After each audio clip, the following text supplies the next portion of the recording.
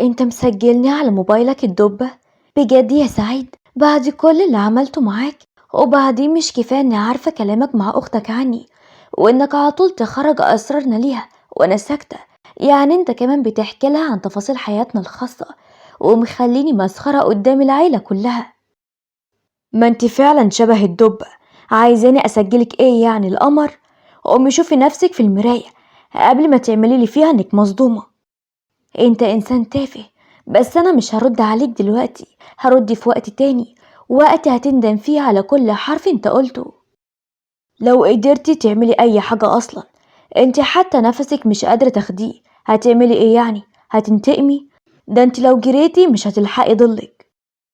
طب شوف بقى يا سعيد، خليك فاكر شكلي ده كويس قوي، لانك المرة الجاية مش هتعرفني. وخلي بالك من موبايلك، علشان هيوصلك عليه فيديو صغير هيخلي كل اللي حواليك يغيروا نظرتهم ليك وافضحك وسطهم. سعيد بيشد الموبايل بسرعة وبيفتح الجهاز، لقى إشعار جديد جاي من رقم مجهول. السلام عليكم ورحمة الله وبركاته. قصة النهاردة حلوة قوي، وإن شاء الله تعجبكم. أتمنى تدعموني بلايك الفيديو. بينا نصلي على النبي ويلا نبدأ. أنا ليلى، عندي 28 سنة، وفي يوم لما كنت راجعة من شغلي لقيت سعيد جوزي وصل البيت قبلي، بس شكله كان قاعد متعصب جدا. أول ما قعدت معاه قلت له: مالك يا سعيد؟ انت شكلك متضايق قوي كده ليه؟ حصل معاك مشكلة في الشغل ولا حاجة؟ انت اتأخرتي لحد دلوقتي في شغلك ليه يا هانم؟ يعني معقولة انا ارجع قبلك يعني؟ هو الشغل ده لازمته ايه؟ ازاي ارجع البيت مش الاقيكي موجودة؟ هو في ايه يا سعيد؟ ايه اللي معصبك كده؟ وبعدين ايه اللي دخل شغلي في الموضوع اصلا؟ انا بحب شغلي ومش عايزة اسيبه، وبعدين انا مش بقصر في حاجة في البيت. لا يا هانم مقصرة، طول اليوم برا البيت والبيت فاضي، هو ينفع كده؟ انا بشتغل علشان احس ان انا بعمل حاجة لنفسي، وبعدين انت عارف انا ما بحبش قعدة البيت، ولا بحب افضل محبوسة كده. يعني الشغل اهم مني، وانا ماليش اي لازمة، مش ده برضو المقصود بكلامك؟ انا ما قلتش كده، بس انا كمان ليا طموح، وانا شايفة انه من حقي اشتغل. طموح يبقى على حسابي، انا عايز مراتي تبقى ليا مش للشغل. كفايه شغل كده، البيت اولى بيكي. يعني ايه؟ تسيبني اقعد في البيت كده؟ انا ما تعودتش على كده يا سعيد. وبعد خناق ما بينا قد كده، سعيد صمم ان انا لازم اسيب شغلي فعلا. ومن بعد ما قعدت في البيت وانا حاجات كتير جدا في حياتي اتغيرت. يعني بدأت اكل بشكل ملحوظ، ووزني كان بيزيد جدا. ما كنتش واخده بالي من شكلي ولا من هيئتي، لحد ما اختي جت في يوم عندي علشان تزورني، ولقيتها مستغربة من شكلي وبتقولي: انت ايه يا بنتي ده؟ هو ايه اللي عمل فيكي كده؟ كنتي رشيقة ورقيقة، وبقيتي حاجة تانية خالص. ازاي وزنك زاد بالشكل ده يا ليلى؟ هعمل ايه بس يا سهر؟ ما هو من يوم ما قعدت من الشغل وانا قاعدة في البيت كده، مفيش غير اكل ونوم واكتئاب بسبب جوزي. وكل شوية الاقي نفسي واقفة في المطبخ وباكل اي حاجة. وبصراحة القعدة والاكتئاب هما اللي عاملين فيا كده. يعني معقولة كده؟ ده انت بجد اتغيرتي تماما. حاولي تخسي يا بنتي، او تعملي دايت علشان تنزلي في الوزن ده شوية. صدقيني ده غلط علشانك. والله يا سهر انا حاسة ان انا تعبانة على طول، دايما حاسة ان انا دايخة كده، وانا قاعدة حتى بلاقي نفسي مش قادرة اتحرك. طيب ما تروحي تعملي تحاليل، روحي المعمل وشوفي ايه اللي عندك، يمكن في نقص في حاجة، ولا في حاجة عندك مش باينة. أنا فعلا فكرت في كده، بس كنت مأجلة الموضوع. بس بجد حاسة إني لازم أروح، لأن التعب مأثر عليا جدا، ومخليني كمان مش قادرة أتحرك، وحركتي بطيئة جدا، حتى ما بقتش قادرة أخد نفسي. أيوة لازم يا حبيبتي، بلاش تهملي في نفسك، يمكن يكون في مشكلة لا قدر الله وانتي مش عارفاها، وبقي عرفيني نتائج أول ما تطلع. حاضر يا حبيبتي، إن شاء الله على طول. أول الأسبوع كده أكون عملت كل التحاليل، وأكيد هطمنك إن شاء الله. أختي فعلا كانت قلقانة عليا من قلبها، لكن أنا كسلي كان مخليني مبروحش أي مكان. وبعد فترة اكتشفت إن أنا حامل. في الفترة دي كان دايما سعيد جوزي بعيد عني، وعلى طول مشغول في شغله، وحتى لما بيخلص الشغل بيخرج يقعد على القهوة مع صحابه. ولما عرف بحملي ما كانش مهتم ولا فرحان، وكان طول فترة حملي يتريق على شكلي، لدرجة إن أنا في يوم لقيته بيقولي: هو انتي ناوية تفضلي كده لحد امتى؟ شكلك بقى عامل زي الكورة حرفيا، وبجد أنا بقيت قرفانة أبص ليكي. يعني ايه الكلام ده؟ انا حامل، فطبيعي ازيد شوية، ده غصب عني. هو انا يعني بمزاجي حاجة زي كده؟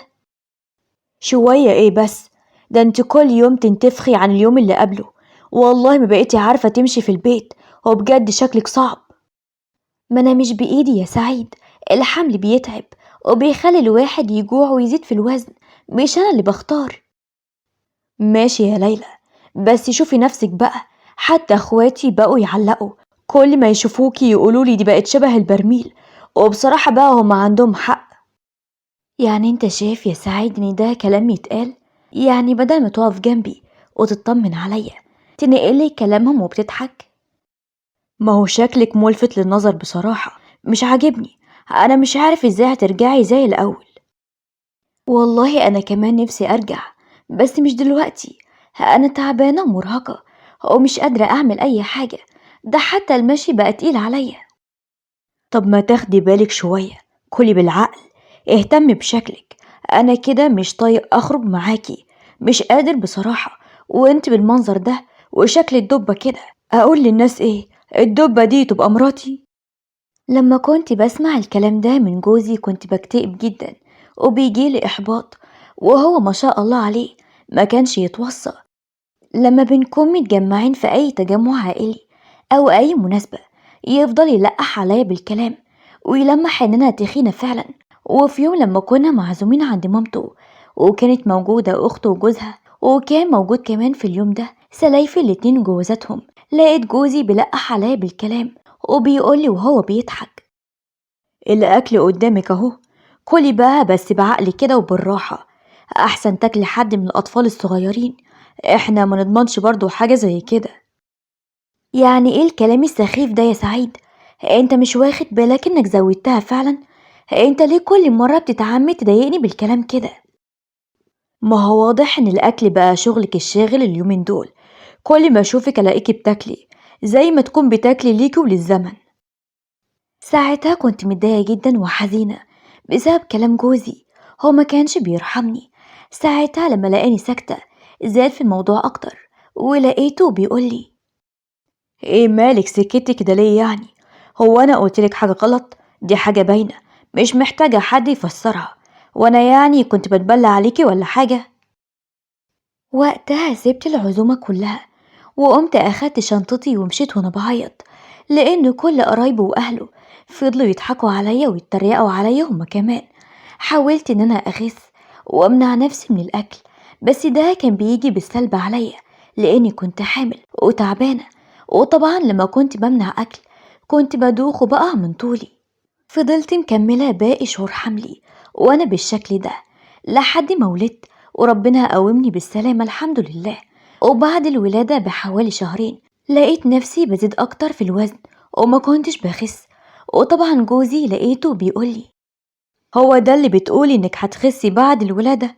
أنا شايف إنك تقريبا بتزيدي أكتر مش بتخسي، هو إيه اللي بيحصل ده بالظبط؟ أنا مش فاهم، هو أنت هتفضلي تزيدي كده لحد إمتى؟ هتروحي على فين؟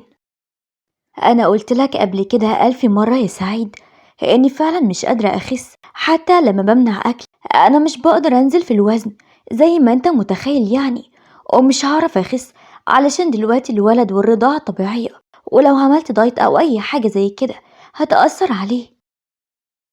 ما انت طبعا لازم تقولي كده، علشان دي كلها حجج وأعذار فارغة، اللي عايز يعمل حاجة بيعملها، إنما انت هتفضلي واقفة مكانك كده مش هتعملي أي جديد. يا شيخة، ده أنا بقيت بتكسف أخدك معايا في أي مناسبة أو أي تجمع، أنا حاسس إن أنا ماشي مع دبة مش مع مراتي أبدا. لما كنت بسمع منه الكلام ده كان قلبي بيتقهر. حاولت كذا مرة مع نفسي إن أنا أخس، ورحت كمان لدكتور التخسيس لقيتها بتقولي: حضرتك يا مدام ليلى لازم تعملي التحاليل علشان الفحوصات هي اللي هتوضح لينا حالتك بالظبط، وما ينفعش نعمل أي تدخل غير لما تعملي التحاليل دي. طيب ليه حاجة زي كده يا دكتورة؟ ما ينفعش حضرتك تكتبي لي على علاج أخده أو على أعشاب أشربها ونظام صحي أمشي عليه علشان أخس؟ هو أكيد طبعا ده اللي هنعمله، بس لازم التحاليل، لازم نعرف الغدة عندك والسكر ماشيين ازاي، وإلا كل حاجة هتتلخبط وتبوظ مننا. وساعتها الدكتورة كتبت لي فعلا على أسامي التحاليل اللي هعملها، لكن أنا أول ما عرفت جوزي بالموضوع ده لقيته بيقولي وهو كسلان: لا بقى تحاليل ايه وكلام فاضي ايه اللي عايزة تعمليهم دول؟ كبري دماغك من الدكتورة دي شكلها مش فاهمة أي حاجة خالص، انت كده كده مهما عملتي مش هتخسي. طيب ليه كده بتزعلني يا سعيد؟ هو أنا ناقصة كلامك ده يعني؟ انت بدل ما تقولي كلمة كويسة تجبر بيها خاطري أو تساعدني وتشجعني إن أنا أخس، بتسمعني الكلام ده؟ سعيد وقتها كان مكبر دماغه ودايما كان بيتعمد يضايقني، علشان كده كسلت أكمل مع الدكتورة أو أعمل أي تحاليل اللي طلبتها مني. قلت خليني بقى زي ما أنا كده كده عمري ما هخس. للأسف أنا كنت مستسلمة جدا للأفكار السلبية لحد ما اتصدمت في يوم لما لقيت جوزي بيكلم أخته وبيقول لها: أيوة طبعا يا سارة، أنا هاجي العيد ميلاد إن شاء الله، بس أكيد مش هجيب الدبة دي معايا. انت نسيتي آخر مرة كانت موجودة في الفرح الناس كلهم فضلوا يتريقوا علينا ازاي؟ عندك حق فعلا يا سعيد، أصل معلش يعني هي هتيجي تعمل ايه؟ يا ابني دي بتكون ماشية جنبك عاملة شبه الباندا، ومهما اتكلمتي معاها عمرها ما بتسمع الكلام أبدا ولا هتخس. سيبك منها وتعالى انت لوحدك خلينا نتبسط. لما سمعت الكلام ده صدمت، بس ما قدرتش أواجه جوزي لأن كنت عارفة ردوا عليا زي كل مرة. وفي يوم لما كنا قاعدين لقيته بيدور على الموبايل بتاعه اللي كان ضايع. ساعتها قلت لازم أساعده، علشان كده رنيت عليه علشان أشوف الموبايل راح فين، ولما لقيته كان ورا المخدة. وساعتها لما مسكت الموبايل لقيته مسجلني الدبة. صدمت وقتها والدم غلي في عروقي، وجي في بالي كل الكلام اللي كان بيحصل الفترة اللي فاتت دي كلها، وإن إخوات جوزي كمان عارفين عني حاجات خاصة في البيت. علشان كده قلتله وأنا مقهورة منه: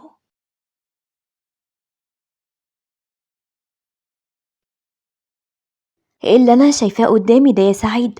هو أنت مسجلني على موبايلك الدبة؟ وبعدين مش كفاية إني عارفة كلامك مع أختك عني وإنك على طول تخرج أسراري ليها كده، وفوق ده كله أنا ساكتة؟ يعني أنت كمان بتحكي لها عن تفاصيل حياتنا الخاصة ومخليني مسخرة قدام العيلة كلها. انت فعلا تستاهلي كل ده يا ليلى، عشان مش واخدة بالك من نفسك. روحي كده شوفي نفسك في المراية، ولا توزني وشوفي وزنك بقى كام دلوقتي، بس حاسبة على الميزان أحسن يتكسر ولا حاجة. وبعدين ما انت شبه الدبة، عايزة أسجلك ايه يعني القمر؟ قومي شوفي نفسك في المراية قبل ما تعملي لي فيها مصدومة. انت إنسان تافه، بس مش هرد عليك دلوقتي، هرد في وقت تاني، وقت هتندم فيه على كل حرف انت قلته. لو قدرتي تعملي اي حاجة اصلا، انت حتى نفسك مش قادرة تاخديه، هتعملي ايه يعني؟ هتنتقمي؟ ده انت لو جريتي مش هتلحقي ضلك. وقتها ما كنتش مسامحة جوزي على كل اللي بيعمله فيا، وانه دايما مقلل مني قدام اهله. وده لما وقفت قدام جوزي لأول مرة وطلبت منه طلاق. يا ريت تطلقني يا سعيد، طلقني لاني بجد مش طايقة اعيش مع واحد زيك، واحد متنمر ما بيفرقش معاه نفسية اي حد. انت دمرت نفسيتي بجد، يا حسبي الله ونعم الوكيل فيك. بس انا بقى هفضحك وسط الكل بسبب الفيديو اللي معايا. طبعا سعيد كان مصدوم من قراري وما كانش مصدق ان في يوم من الايام هقف قدامه واطلب منه الطلاق، لكن انا فضلت على كلمتي وفعلا قررت ان انا لازم اتطلق منه. سعيد طلقني وكان شايف انه كده كسب مش خسر، وانه كان شايفني عبء تقيل عليه. لكن بعد ما طلقني حاول يكلمني من تاني علشان خاطر الفيديو اللي انا بعتهوله، لكن انا مهتمتش لامره.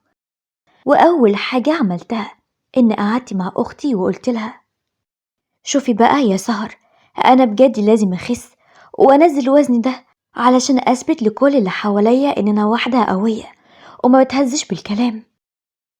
أكيد طبعا لازم تاخدي خطوة زي كده يا ليلى، بس استني شوية لما ابنك يكبر كده، إنما دلوقتي ما ينفعش تخسي وتهملي في نفسك علشانه.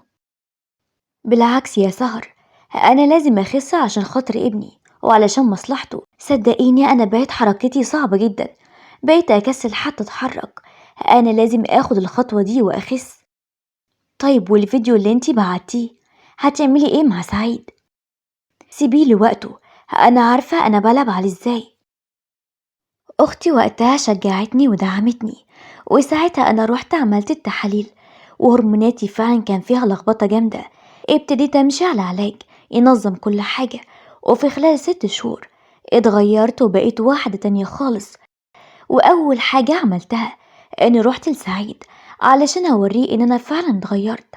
أول ما فتح الباب وشافني قدامه ما كانش عارفني، واتصدم لما عرف إن أنا ليلى. إيه ده ليلى؟ انت ازاي اتغيرتي قوي كده؟ وازاي اصلا قدرتي تبقي بالشكل ده؟ مش انت كنت دايما بتقول اللي عايز حاجة بيعملها؟ اهو انا صممت ان انا لازم اخس وفعلا عملتها. بس عايزة اقولك انت كمان اتغيرت يا سعيد، ما كنتش متخيلة ان انا هلاقيك بالشكل ده. انت ازاي مش واخد بالك من نفسك كده؟ بس انت بقيت مهمل في نفسك قوي. ساعتها كنت بقول الكلام ده لسعيد علشان أهز ثقته في نفسه، زي ما هو دايما كان بيعمل معايا وياما وراني قبل كده. واتصدمت لما لقيته بيطلب مني نرجع لبعض وبيقولي يا ريت تديني فرصة تانية يا ليلى وتخلينا نرجع لبعض علشان خاطر ابننا حتى. وصدقيني أنا مش هقولك أي حاجة تضايقك تاني بعد كده. وبالنسبة للفيديو، عايزة أعرف هتعملي فيه إيه؟ هو أنتي هتفضحيني زي ما قلتي؟ يا سلام يا سعيد، يعني انت دلوقتي عايزنا نرجع لبعض علشان اتغيرت وبقيت احسن؟ انا بقى مش موافقة. وانت عامل الحاج ابننا مش كده؟ انا جيت بس اوريك نفسي بعد ما اتغيرت وبعد ما فقت لنفسي وعرفت قيمتي كويس قوي، قيمتي اللي انت دفنتها بايديك. لكن على العموم الفيديو اللي معايا ما تقلقش محدش هيشوفه. انا اسف قوي على كل اللي حصل في الفيديو، انا ما كانش قصدي اهينك واسبك بالفاظ وحشه قوي كده. تعرف انا صورتك ليه؟ علشان يبقى معايا دليل ضدك يثبت انك فعلا اهنتني واستحاله العيشه معاك، علشان المجتمع دايما شايف ان المطلقه هي اللي غلطانه، ويفضلوا يقولوا عيشي واستحملي. بعدها رجعت البيت ومسحت فيديو سعيد من عندي، وبدأت أكتب تجربتي على الفيسبوك. نزلت صورتي وأنا تخينة، الناس بدأت تتفاعل معايا، وبدأت أعمل فيديوهات أتكلم فيها عن التنمر والإهانة من أقرب الناس، وعن إزاي الست تقدر تكمل حياتها بعيد عن أي حد بيأذيها. وكنت بتكلم من كل قلبي، وكل كلمة طلع من وجع حقيقي. عملت حساب باسمي وبدأت أكسب متابعين، وبقى كل يوم يوصلني رسائل دعم من ستات شبه حكايتي. وفي يوم لقيت سعيد بيكلمني وبيقولي أنا غلطت وسبتك تضيعي من إيدي، مستعد أعمل أي حاجة علشان نرجع لبعض. أنا خلاص رجعت لنفسي ولقيت اللي يشجعني ونجحت، وكمان اتخطبت الراجل محترم شاف فيا اللي انت عمرك ما شفته، وسبتك تاكل في نفسك زي ما خلتني آكل في نفسي سنين. ودي كانت نهاية قصة النهاردة. لو عجبتكم ما تنسوش لايك واشتراك في القناة علشان تشوفوا قصص جديدة كل يوم. سلام.